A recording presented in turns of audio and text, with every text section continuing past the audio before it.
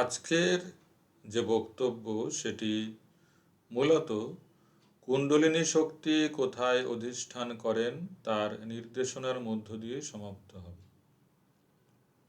প্রশ্ন হচ্ছে কুণ্ডলিনী শক্তি কোথায় থাকেন, এবং তার উত্তর হচ্ছে মূলাধার চক্রের যে কেন্দ্র সেইখানে অবস্থিত যে স্বয়ম্ভু লিঙ্গ তাকে 3.5 প্যাঁচে আবর্ত করে কুণ্ডলিনী শক্তি সুপ্ত অবস্থায় বর্তমান থাকেন, এবং তার জাগরণের মধ্য দিয়ে সাধকের সাধনা অগ্রসর হয়।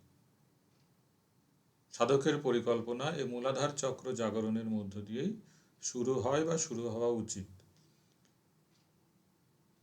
তাহলে মূলাধার চক্র বা কুণ্ডলিনী জাগরণ, এই যে চক্রের জ্ঞান, সেটি কিন্তু আমাদের সূক্ষ্ম শরীরের অন্তর্গত একটি ব্যাপার। এর সাথে স্থূল শরীরের সাক্ষাৎ কোনো সম্বন্ধ নেই। স্থূল শরীর শুধু সাধনা হিসেবে, তার মাধ্যম হিসেবে সূক্ষ্ম শরীরের জাগরণের যে ক্ষেত্রটি সেটি প্রস্তুত করে। এক্ষেত্রে স্থূল শরীর উপায় মাত্র বা অবলম্বন মাত্র, তাই তার যত্নের কথা বলা হয়। তাহলে এই যে মূলাধার চক্র বা কুণ্ডলিনী জাগরণ বা কুণ্ডলিনী শক্তি, এই বিষয় সম্পর্কে যারা অবগত তাদের আরও অবগতির জন্য বলা যায় যে আমরা জানি যে সুষুম্নার শেষ প্রান্তে যা ভূমি, বেস অব দ্য স্পাইন বলা হয়, সেখানে মূলাধার চক্র অবস্থিত। মূলাধার চক্রের ঠিক উপরিভাগে স্বাধিষ্ঠান চক্র, তার উপরে মণিপুর চক্র, তার উপরে অনাহত চক্র, তার উপরে বিশুদ্ধি চক্র, তার উপরে আজ্ঞা চক্র, তার উপরে সহস্রার চক্র। এখন এই মূলাধার চক্রের জাগরণ না হলে কুণ্ডলিনী জাগরণ কিন্তু সম্ভব নয়। সুতরাং সাধককে কিন্তু প্রথমেই এটি বুঝতে হবে যে মূলাধার চক্র ঠিক কোথায় অবস্থিত।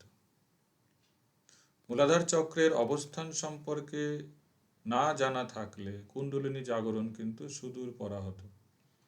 এক্ষেত্রেও প্রারব্ধের ব্যাপার আছে, মানে তার প্রারব্ধজনিত স্বীকৃতি না থাকলে কিন্তু সাধনার যে গতি বা তার যে প্রাপ্তি তা কিন্তু কিছুটা ডিলেইড হয় বা দেরিতে হয়, হতেই পারে।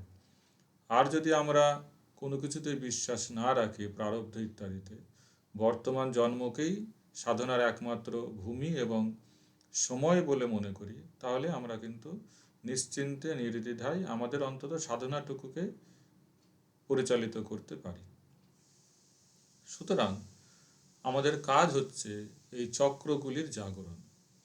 এখন কেউ যদি বলে যে মূলাধার চক্রের জাগরণ প্রয়োজন নেই, শুধু আজ্ঞা চক্র জাগরণ করলেই হয়, বা বিশুদ্ধি চক্র জাগরণ করলেই হয়, বা অনাহত, কেউ বলতেই পারেন। কিন্তু বাস্তব যে চিত্র সেটা হচ্ছে মূলাধারের জাগরণ ভিন্ন অন্য কোনো চক্রের জাগরণে যাওয়া সাধকের জন্য অনুচিত কাজ। সেক্ষেত্রে ব্যাপারটি যেন ঘোড়া ডিঙিয়ে ঘাস খাওয়ার মতো। এই জন্য সাবধানতার কথাও তাই বলা আছে যে মূলাধার চক্র, স্বাধিষ্ঠান চক্র, এইগুলির পরিশুদ্ধি ছাড়া বা জাগরণ ছাড়া সরাসরি উপরের, মানে আমাদের নাভির উপরিমণ্ডলে যে চক্রগুলি অবস্থিত, অনাহত, বিশুদ্ধি এবং আজ্ঞা ইত্যাদি, এর জাগরণ কিন্তু সম্ভব নয় বা এই পথে যাওয়া উচিত নয়। আমরা যখন সাধনা করব তখন মূলাধারে যেমন ধ্যান থাকবে, তেমনি আমাদের যখন চোখ বন্ধ থাকবে তখন আজ্ঞা চক্রে দৃষ্টিটা নিবদ্ধ থাকবে। এর ফলে যা হয় তা হচ্ছে আজ্ঞা চক্র এবং মূলাধারে একসাথে টান পড়ে।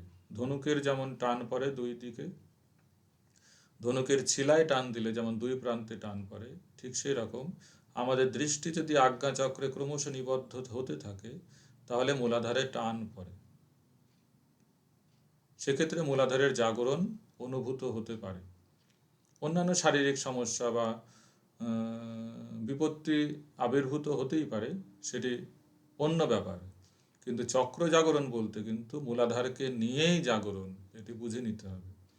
মূলাধার হচ্ছে আমাদের পৃথিবীর ক্ষেত্র, ভূমি, তাকে বাদ দিয়ে কিছু হয় না, কারণ তাতেই আমাদের পুরো সমগ্র শরীর, সমগ্র সিস্টেম আশ্রিত হয়ে আছে, তাতেই স্থাপিত হয়ে আছে। সুতরাং মূলাধার চক্রের জাগরণ ভিন্ন, অন্যান্য চক্রের জাগরণে যাওয়া বৃথা। আর মূলাধার চক্রের জাগরণ হলেই কুণ্ডলিনীর জাগরণ সম্ভব, এটি আমাদের জেনে নিতে হবে। এর পরবর্তী যে বক্তব্য, সেইখানে মূলাধারের অবস্থান সম্পর্কে বিস্তারিত আলোচিত হবে। কারণ নারী ও পুরুষ ভেদে মূলাধারের অবস্থান কিন্তু ভিন্ন ভিন্ন, এটি বোঝা দরকার। এবং এক্ষেত্রে মনোযোগের একটি প্রবল ভূমিকা আছে, এবং সে বিষয়ে সাধককে অবগত হতে হবে যে আমাদের মনোযোগ একটি কত বড় মাধ্যম হতে পারে সমস্ত ক্ষেত্রকে চিনিয়ে দেওয়ার জন্য, তার সংবেদন পাওয়ার জন্য, সেটি সাধক অবশ্যই জানবেন। ধন্যবাদ।